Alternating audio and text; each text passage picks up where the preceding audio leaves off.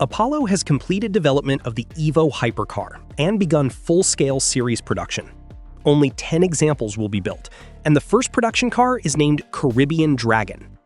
One of its standout features is a 3D printed titanium exhaust with a textured dragon skin finish.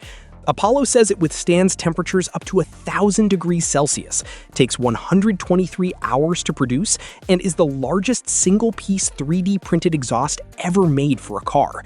The body is also constructed from more than 75 individual carbon fiber panels. Power comes from a reworked 6.3-liter V12 developed by HWA AG, producing 789 brake horsepower. Apollo claims a 0 to 62 miles per hour time of 2.7 seconds, a 207 miles per hour top speed, 1,350 kilograms of downforce, and a 1,300 kilogram dry weight.